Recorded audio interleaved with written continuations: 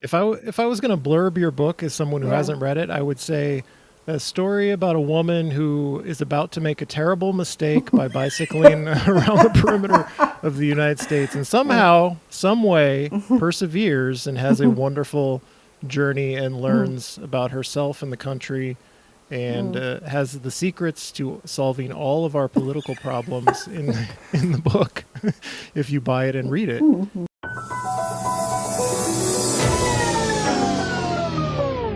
rolling. We're rolling.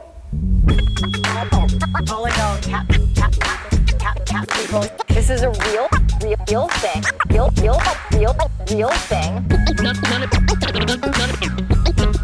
None of you have the balls to stop this. Stop this. I've got plenty of time. I have nothing else going on today. We're in the Wedge neighborhood right now.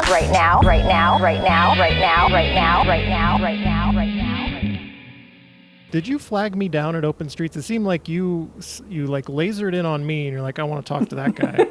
Was there a reason? No, I think I was just doing my sales pitch to whoever. I hate to tell you. I have to be honest. I'm like, oh, what does this lady want? What does she want to talk to me about? She want to sell me a candle or something? And so... That was next door. Somebody wanted to sell a candle. And so you have a book. I'll introduce the show.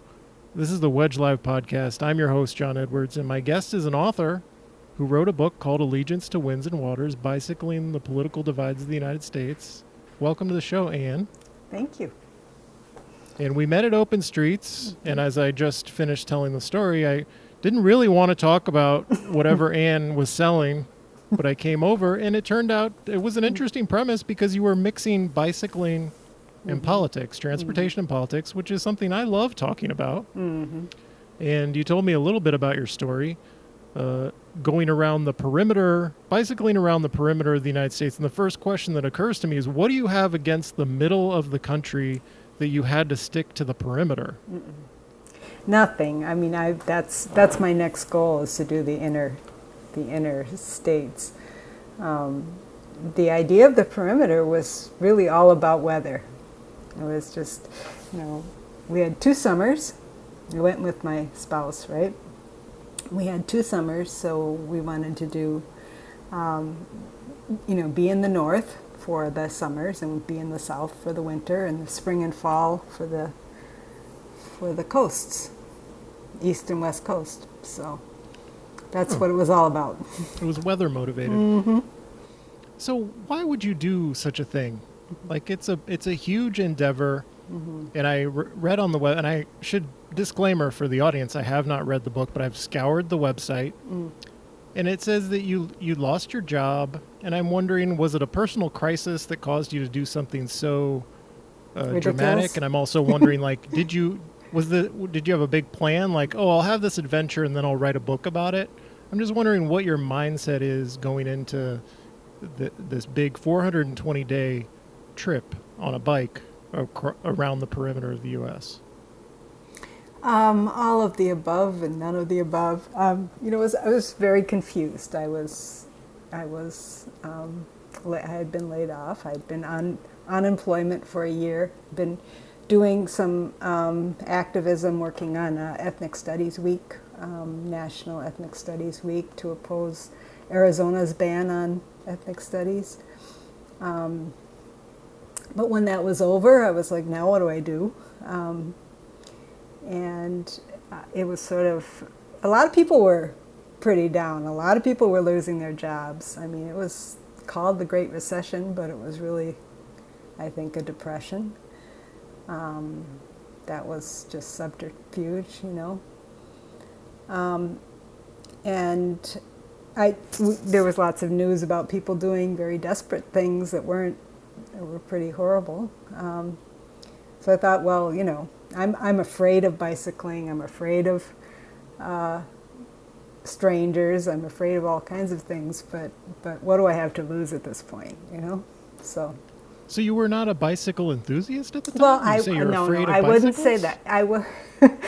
I did bicycle all the time. I just was a frightened person. So I understand that mindset. There's a lot of Yeah. people who like to bike for transportation, but You still worry. it's not safe enough, Right. right? Right.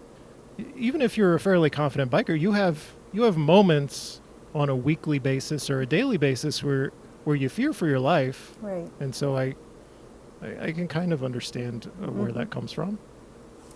And probably, you know, I've known people I know people who've died on bicycles, and, you know, I'm sure you've known people who've gotten hurt. So, no, you think about those things.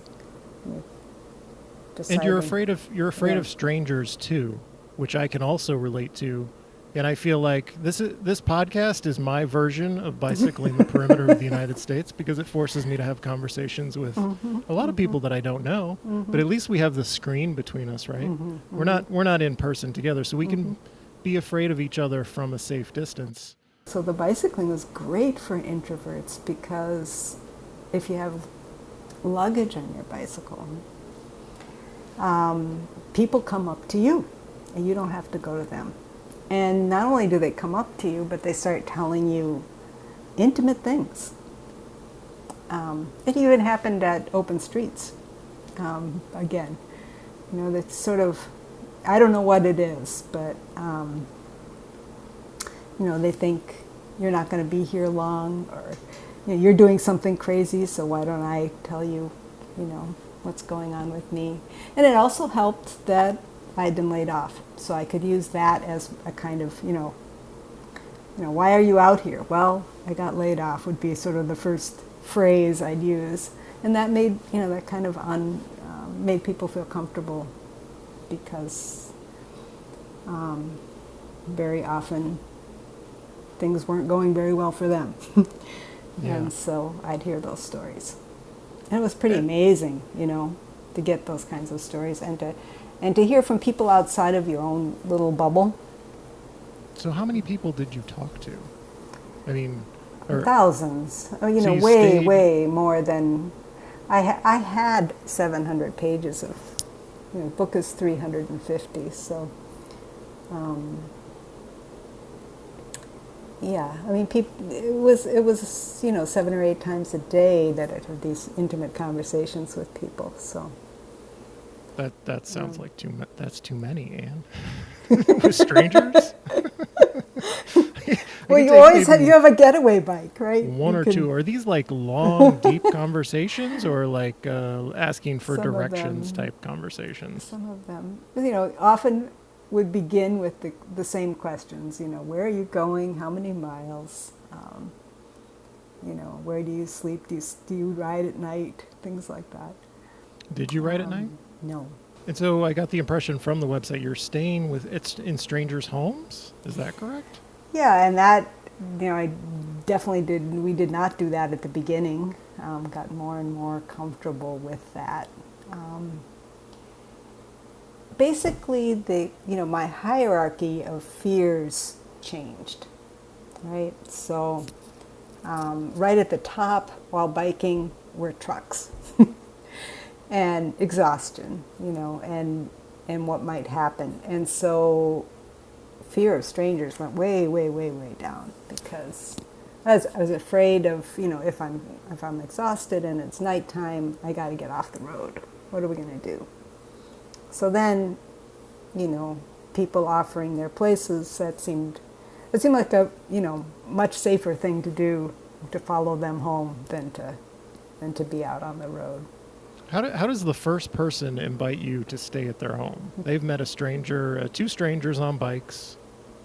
Is that just happened by accident? You're not going around asking people, can we stay at your place? No. Well, the very first was in Wisconsin. We said no to it, and that was crazy because there was a tornado happening, and that's why. You turned down shelter in a tornado. Yes, that's why they offered. How scared right? you are of strangers. Yeah, right. So by the time we get to Maine, there's 5 nights in a row where people are inviting us home, and we followed them home each one of those 5 nights. So it got to the point where, somebody met us at a fruit stand and then drove away, and we were like, what? Where's the invitation? And then a mile down the road, they're pulled over on the side of the road and flagging us down, saying, come home with us. I thought it through. What did they think your plans were if they didn't offer? Did they think you'll be staying out in the woods? Do they think they're saving you from exposure? No, I think people are just so taken with the idea that, you just, one of the things people would say is, well, what are you going to do? Take my flat screen TV? You can't put that on your bicycle. That was actually, I heard that over and over again. It was sort of like, there's just nothing you can do to me kind of thing. But yeah, there's an irrational fear of like people who ride transit, associating them with crime, or scooters. Scooters have become a thing that people are associating with crime now. I just did a tweet about it, how like people are bypassing the barricades downtown on their scooters. That was a concern. I can't do any crimes because I can't carry my crime tools to your house, and I can't carry away all your valuables on my bike or on the bus. That's not. Cars are a much better mode of transportation for criminals. We're very safe if we're on bikes or riding the bus or scooters. We're very safe people. That's what I say. I agree.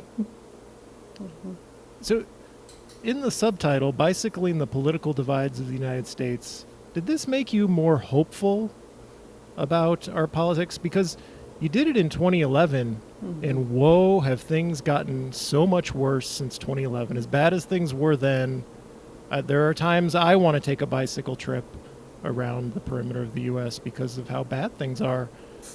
And so I wonder, like, if it made you hopeful, have you said, well, have you reconsidered some of your conclusions there? Or do you have, like, lessons you learned that should make us hopeful about now? Because things keep getting worse, it seems, especially locally. Yeah, I'm going to argue with you a little bit about that. I mean, I think things have gotten worse and they've gotten better in the last 10 years. And we're on the same trajectory in both directions. It's not something new. The United States is more unequal than it was, but it's on the same trajectory, right? The same people are getting richer.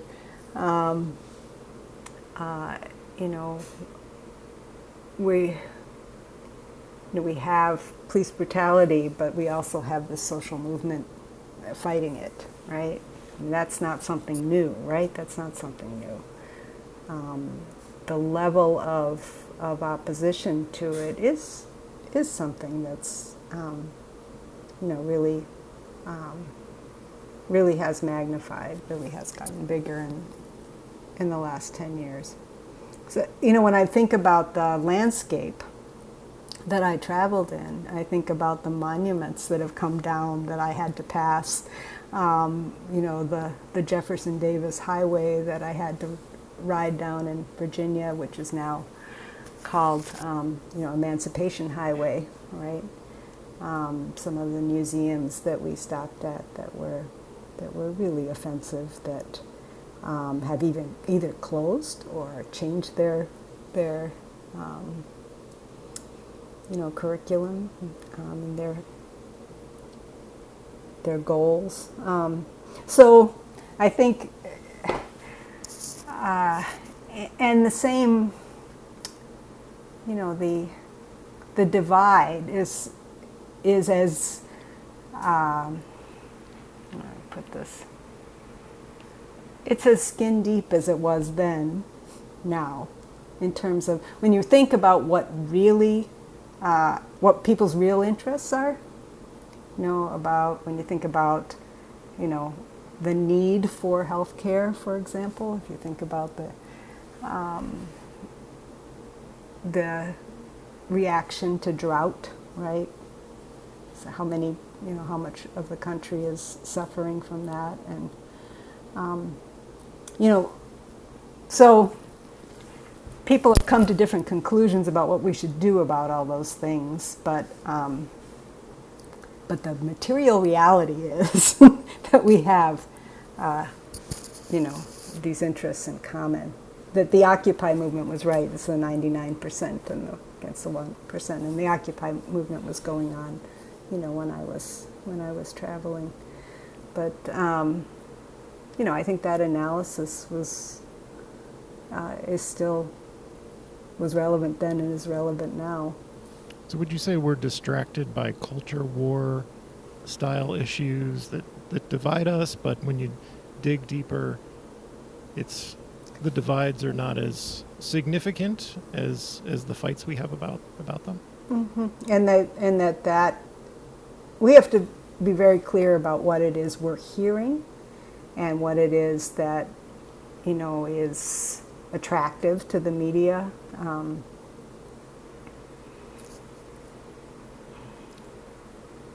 The trips that I've taken in the last year, I've had discussions with people in rural areas, mostly about drought, mostly about fires, about things like, those things that are really affecting, where I traveled down through Missouri and Iowa during that period when we kept hearing about people attacking, some people attacking people who were wearing masks. And we went into all of these, red states and wearing a mask, and no one even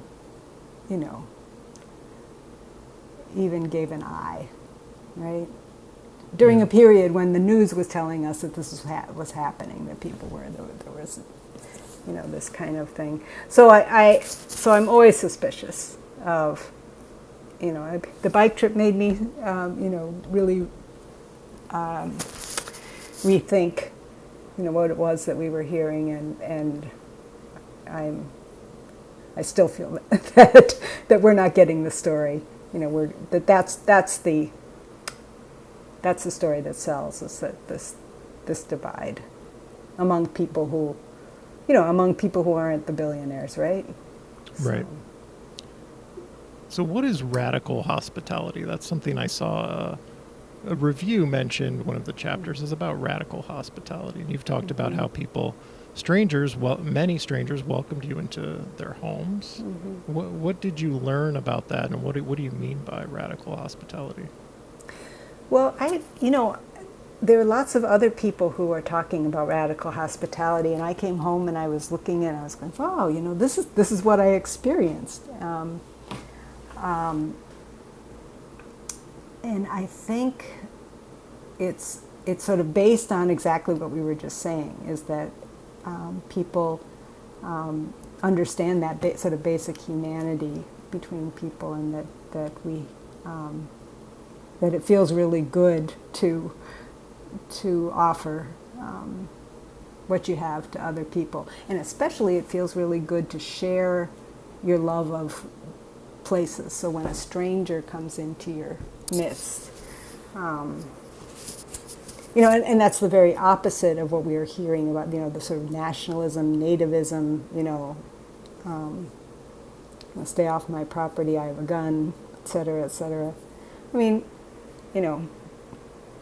we spent 5 weeks traveling across Texas, almost that long doing Florida as well. And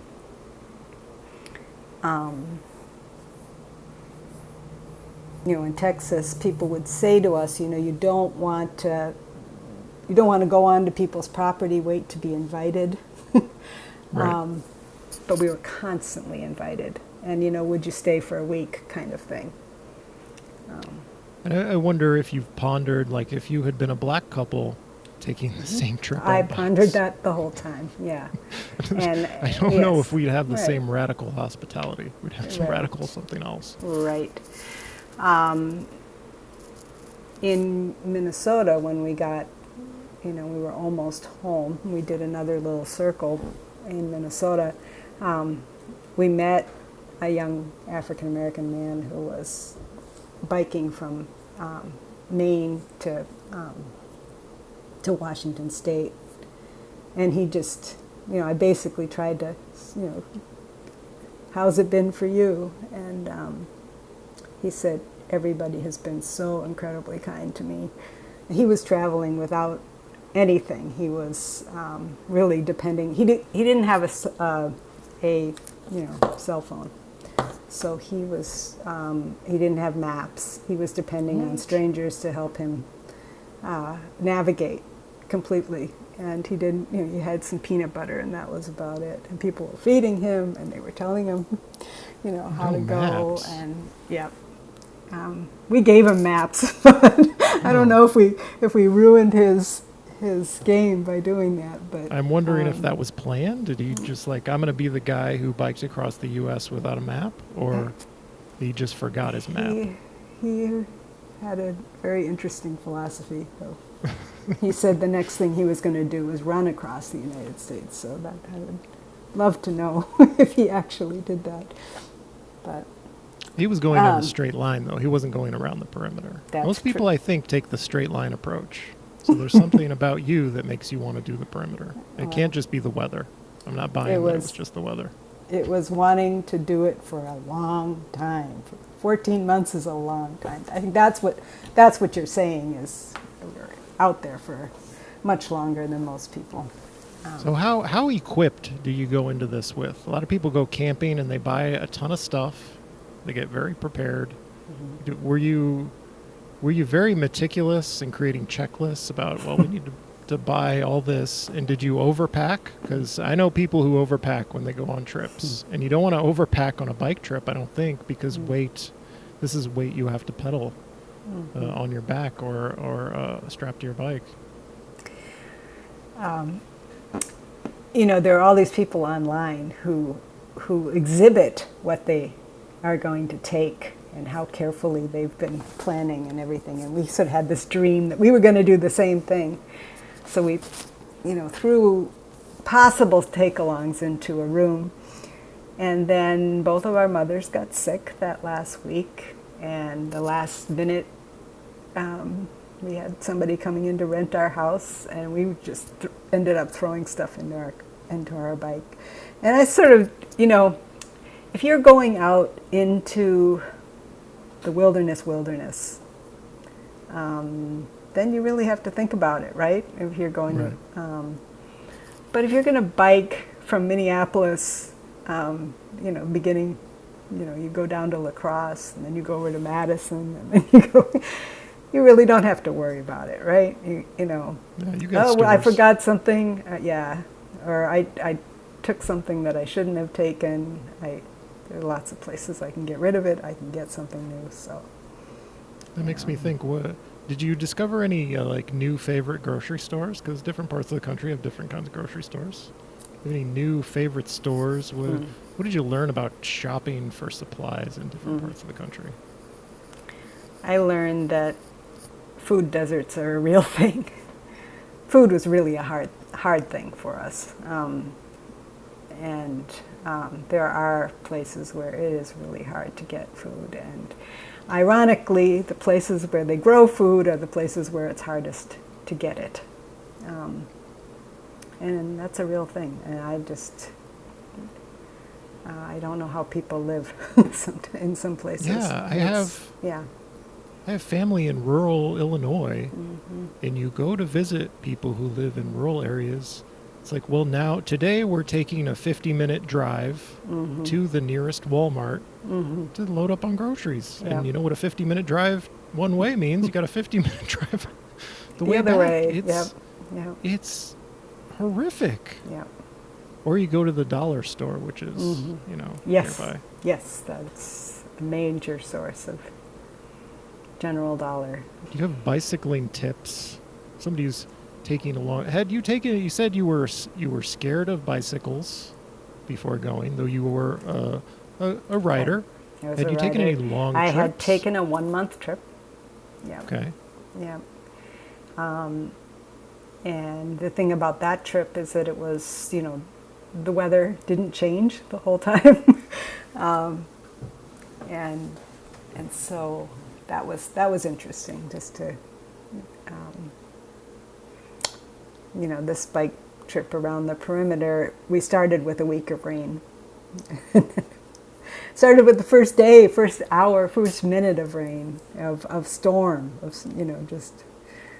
So that was like baptism. Do you bike through it? How do you handle that? And, we biked through an awful lot of rain. There were places like, in Idaho and Montana where, people would offer, why don't you, it's going to rain again tomorrow, stay here. And we'd be like, yeah, but it's going to rain again for the whole week. We can't stay here for a whole week. So, we'll just go bike through it. I don't have much of an appetite for biking in the rain after the trip. Really? There was It sort of did, it did do that to me. It's like, oh yeah, Although I did that. it's so hot now. It's so hot. This is true. Yeah. I guess if you're biking That's to or also, from. yeah. And I got heat stroke twice during the trip. So, Oh, really? yeah. So heat stroke. What are the symptoms? What happened, and how did you get through your heat stroke incidents? Yeah, I didn't go to the hospital and get a diagnosis. The first one was in New York State, and I was slumped over in a gas station, and I started to feel this. I felt like I was a dragon. Like I had that fire was coming out of my nose, Mm-hmm. and something was burning inside. And it was very scary, yeah. So there was a motel across the street, and it was 1 o'clock in the afternoon, and we went and we closed the windows and closed the shades and just stayed in the dark for as many hours as we could. Is heat stroke the one where you kind of pass out? Is that Yeah, what happens? and the second time was in the Keys in Florida, but it was November, it was like, and it wasn't that hot too. It was 86 degrees, but it was so sunny. It was the tropical sun. And what we usually did is we got out of the sun in the middle of the day, and it's hard to do that in November because you don't have many hours of daylight. Right. So we just tried to go through the day, and that was a mistake because I just collapsed on the pavement. Did you have a timeline in mind? Were you pushing yourself because we got to get to this place by this day, and we just have to do it because otherwise it throws off our timeline? Or are you just kind of going with the flow? We actually had more time than we needed. Like, for example, we got up to Washington State to cross the Cascades, and the road wasn't open yet. So we did a whole loop up in Canada because the road wasn't open yet. And we got to Minnesota, and we still had another month, and so we did another loop in Minnesota. So we were meeting our child in Texas, and so we. From Florida to Austin, Texas, we were kind of going, not taking days off, trying to make sure we made that. So, there were times when we were in more of a hurry, other times when we had to hang out. And we also got sick. We got sick a few times. So. You got sick? Yeah. So it must be from staying in strangers' homes, right?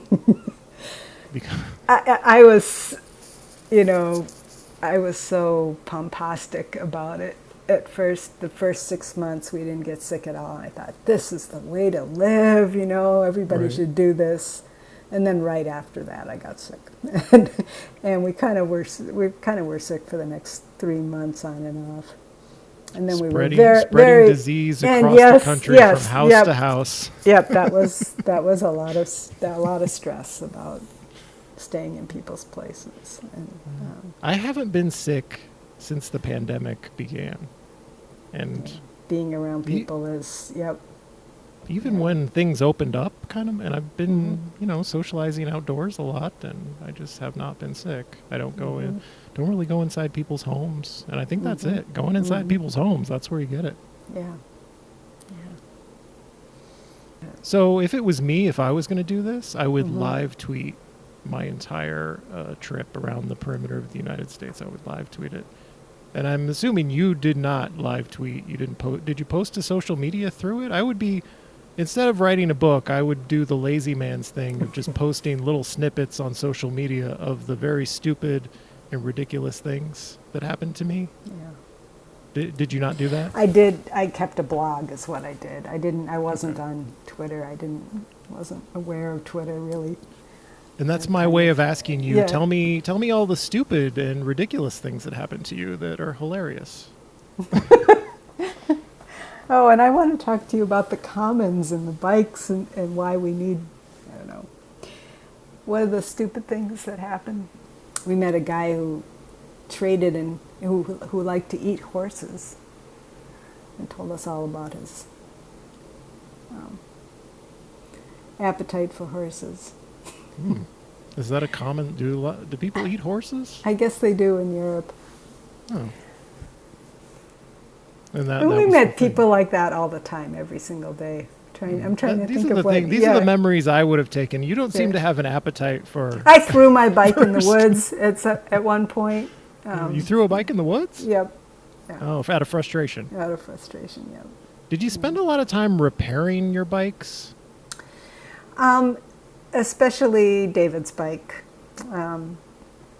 He had a very cheap bike, and that was a mistake. You know, we spent a lot of time fixing his bike. And his bike also went rolling down the highway and under somebody's car and Ooh, got totally mangled. And how did that happen? well, you should read the book and find out. Okay, we're teasing. Read the book to find out how David's bike ended up under a truck. Yeah. So tell me, you said you want to talk about the commons. Tell me about the commons. Well, you know, we bicycle tours hog the commons, right? So we think about it. You know, we are constantly. We think about public space because it's not just the roads and the trails, but we also need, shelter. If there's a picnic shelter, we're there. You know, libraries. We stopped at every library that was open. Free museums. Human beings actually do need shelter. You know, it's nice to be outside, but we also need to be inside.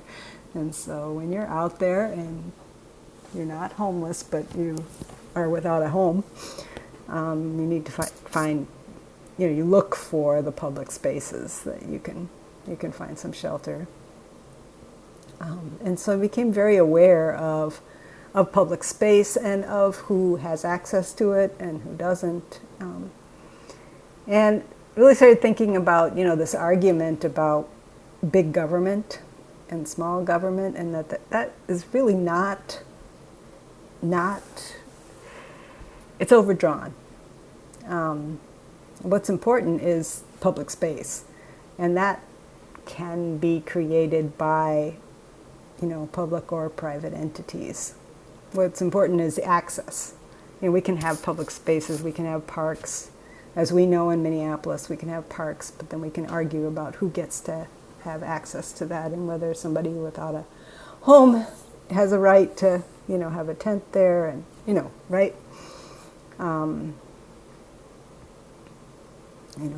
Tamir Rice was in one of the parks in Cleveland that I was admiring on my bike trip, thinking it was so great. And I really kept thinking about that afterwards, that it's not enough to have a park. It has to be a park for everybody, right? Right. So that's a lot of what the book is about. Is about, about public space and how we need it, and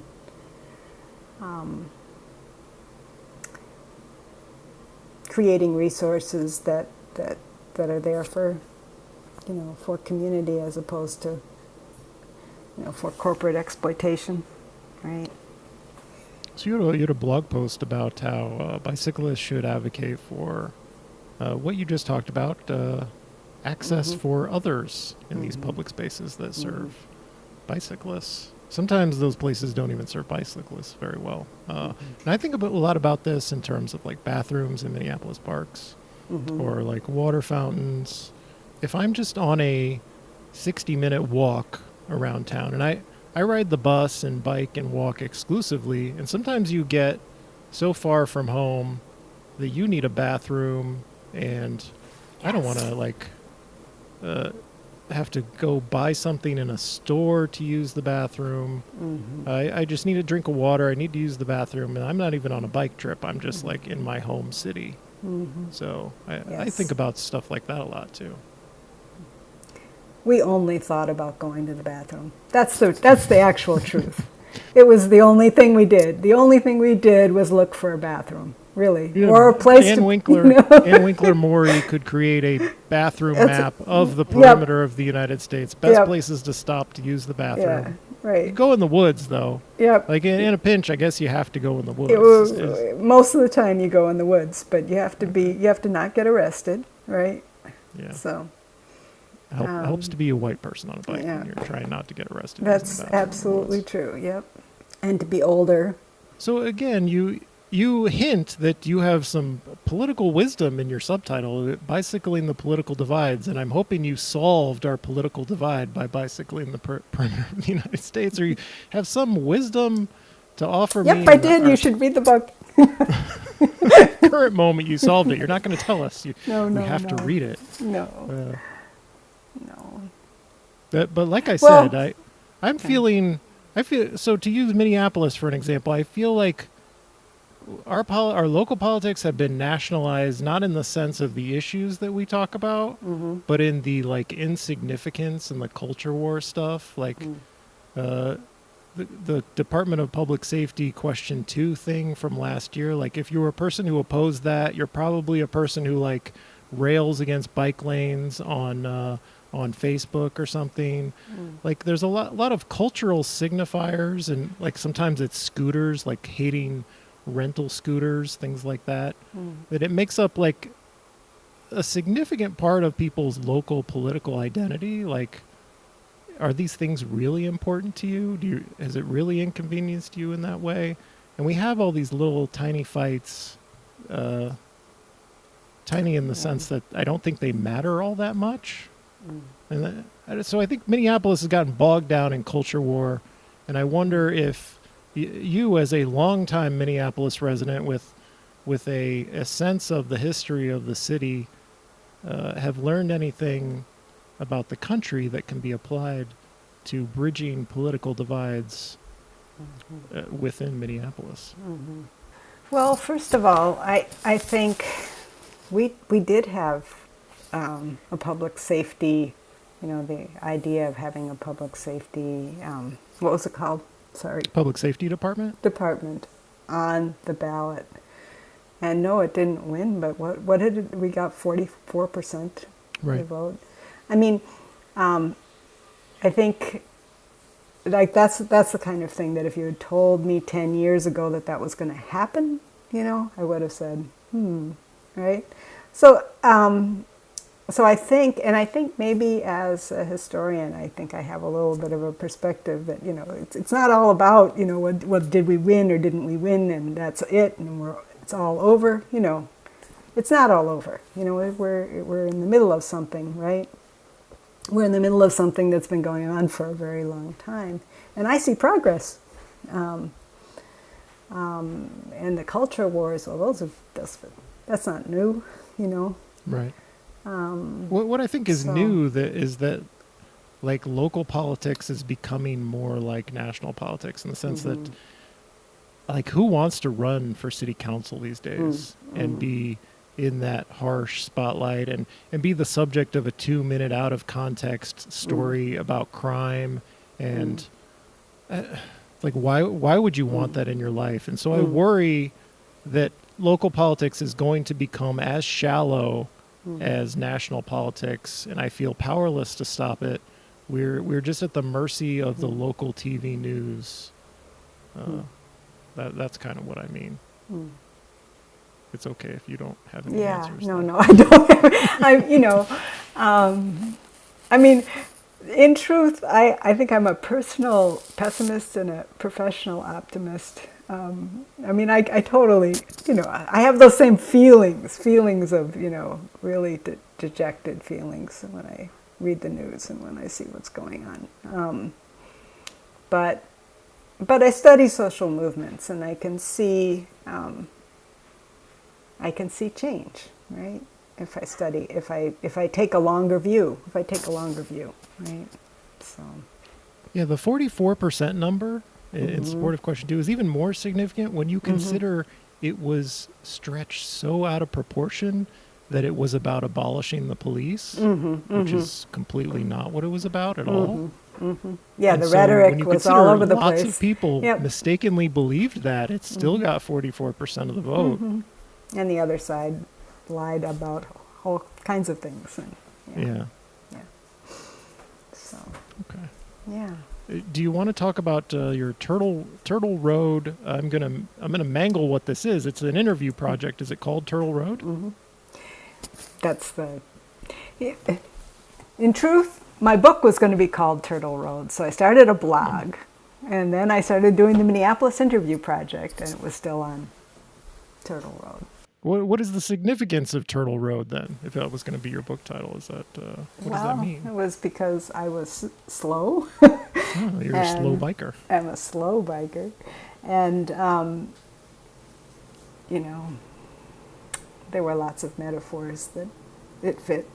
So what is the Turtle Road interview project about? The Minneapolis interview project.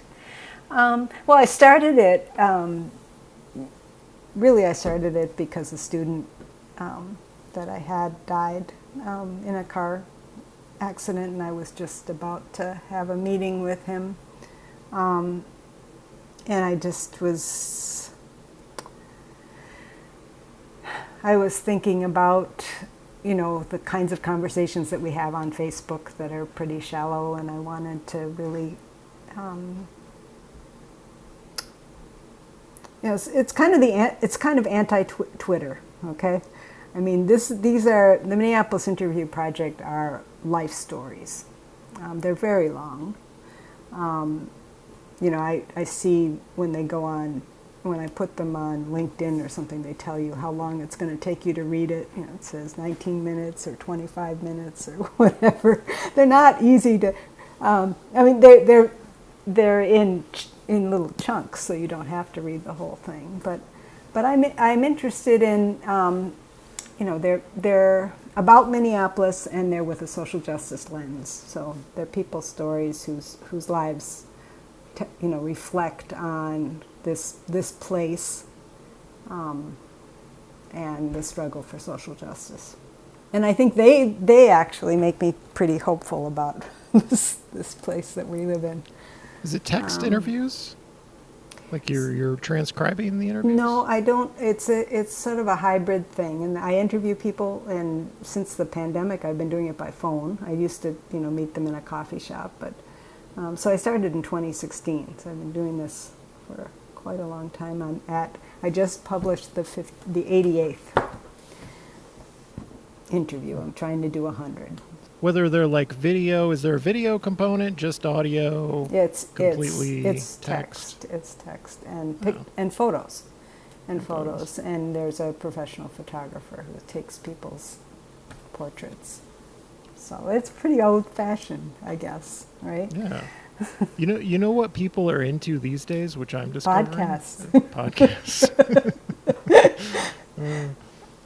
I'm not sure why. I think so. People don't like to sit in front of the TV necessarily and listen to this stuff. I'm finding people prefer the audio to YouTube because you can do other things. People like to multitask. Yeah. And so maybe I won't, read something on my phone for 20 minutes, but while I'm gardening or while I'm playing video games, I will listen to this thing. And also I was reading a review of your book where someone was like, this should be a podcast. Have you put any thought into that? Did you see that suggestion? How would I make it into a podcast? I don't know. People make lots of things. Do you listen to podcasts at all? I do a little bit. not that There are much. these serialized like true crime podcasts where they take it's like an 8-part series describing like a mafia saga. So or- there or could be some- stories that. Yeah, each chapter of your book could be Good. like Yeah, you podcast, and your partner either discussing your adventures, or maybe Yeah. you kept in touch with people from your trip and you could Yeah. bring them on to talk about what you Well, it went is through. written that way. It's written in little tiny chunks so that. Yeah, it that's could probably be- what that it person could be- meant. It's probably what they meant. Yeah. Take your little chunks and make them Yeah. podcast episodes. Though it is kind of a pain in the ass unless you have somebody else. I to think edit it the for you. thing is with me is that I need editing, and podcasts are not edited. You know. Oh, they are edited. I trust they me. are Podcasts Okay, are edited. Okay. So I appreciate the ability to go over and over and over a paragraph until I get it right. Yeah. Me too. But there's also some freedom in not having to do that. Mm-hmm. Right? Like if I have no ability to do that, it. Right. then it saves me a lot of work. Yeah. And also, like, people won't agonize over what they hear on a podcast as they would for words written on a page. You won't Yeah. get as much guff, if I can use the word guff, about making a mistake on a podcast. Like, you and I have more freedom to speak freely here than if we were on social media and oops, we made a mistake and somebody jumps down our throats over it, because you It's can't take a ephemeral, screenshot. it It's not as kinda- easy to take a screenshot of a thing we said on a podcast and post it widely. You have to go to some effort to dig out the offensive thing we may have said. Yeah, well, I'm thinking, like with the Minneapolis Interview Project, the one I just published is somebody who was on strike as a teacher, and I was thinking about it, I have maybe of the 88, maybe 12 of them really, really focus a lot on education. And I think, I guess I'm thinking, very long term, that I want to create an archive. I want people to be able to take, from here and from there and kind of piece together a story of, what are we doing with education in Minneapolis, right? From various different perspectives. So maybe I'm just talking to myself, but people are reading the interviews, so. Yeah, that's kind of that's the way I feel Yeah, about I this do it the hard podcast, way. frankly. Like, is anyone listening? Yeah. If you're listening, send me an email to tell me you like it, because I Yeah. have no idea. Yeah. Well, I just listened to the one about Hennepin Avenue. I found it really, really, really interesting. Well, I think we're coming to the end, and I wonder, Okay. did I miss anything? Because I probably did. Again, disclaimer: I didn't read the book, so I'm probably the wrong person to have done this. But did we miss anything important? We failed to communicate. Well, I would like to say that the book is really, it's not a bicycle book. It's not just a bicycle book. And so most of the questions that I get, on open streets or is about just the kind of the basics of biking. But it's about the country, it's about the commons, it's about the political divide. It's about sustainability, creating sustainable economies, local sustainable economies, and it's about my thoughts on that. And I'm a historian, and I've been thinking about these things for many, many years, and I had insights as I traveled, and so people who are interested in those things. If I was going to blurb, if I was going to blurb your book as someone who Yeah. hasn't read it, I would say a story about a woman who is about to make a terrible mistake by bicycling around the perimeter of the United States, and somehow, some way, perseveres and has a wonderful journey and learns about herself and the country, and has the secrets to solving all of our political problems in the book. If you buy it and read it. And you can, it's AnneWinkler-Morey.com is where you can find a link to purchase the book. And my name down here is spelled wrong here, so I don't know if you. Yeah. Okay. I can fix that because podcasts are edited. All right. And my final question is just, can you offer a recommendation to people? And it can be anything that is making you happy right now or bringing joy to your life, like a walk in a park, a place, a book, a movie, a video game, a piece of music, any kind of experience that you go back to time and again to make you happy during troubled times. Well, I live very close to a holding pond. You know, it's human created to deal with flooding, and it's amazing the wildlife that have decided to make that area their home. And it's very, very small, and it always amazes me that you don't need, really, I mean, I love state parks and I love, really big, natural places, but something that's half a block that can hold so much in terms of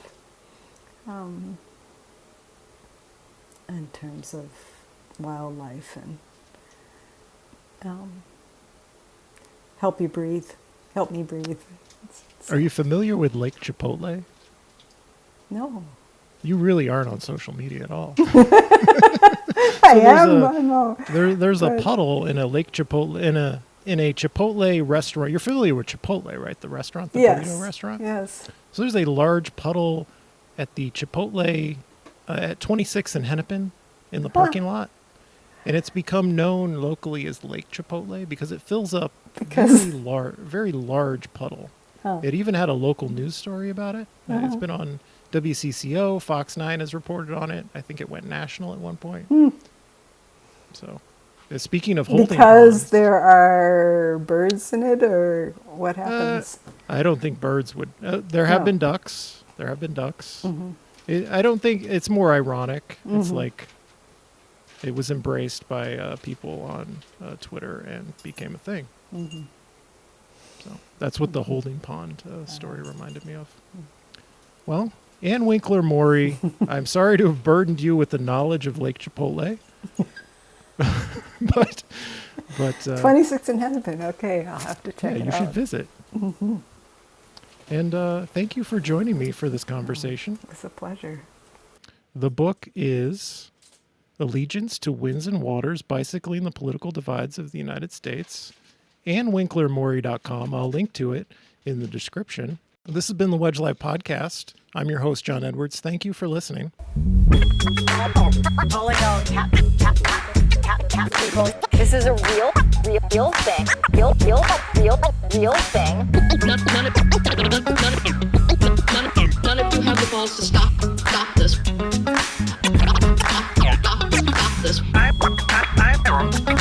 I've got plenty of time.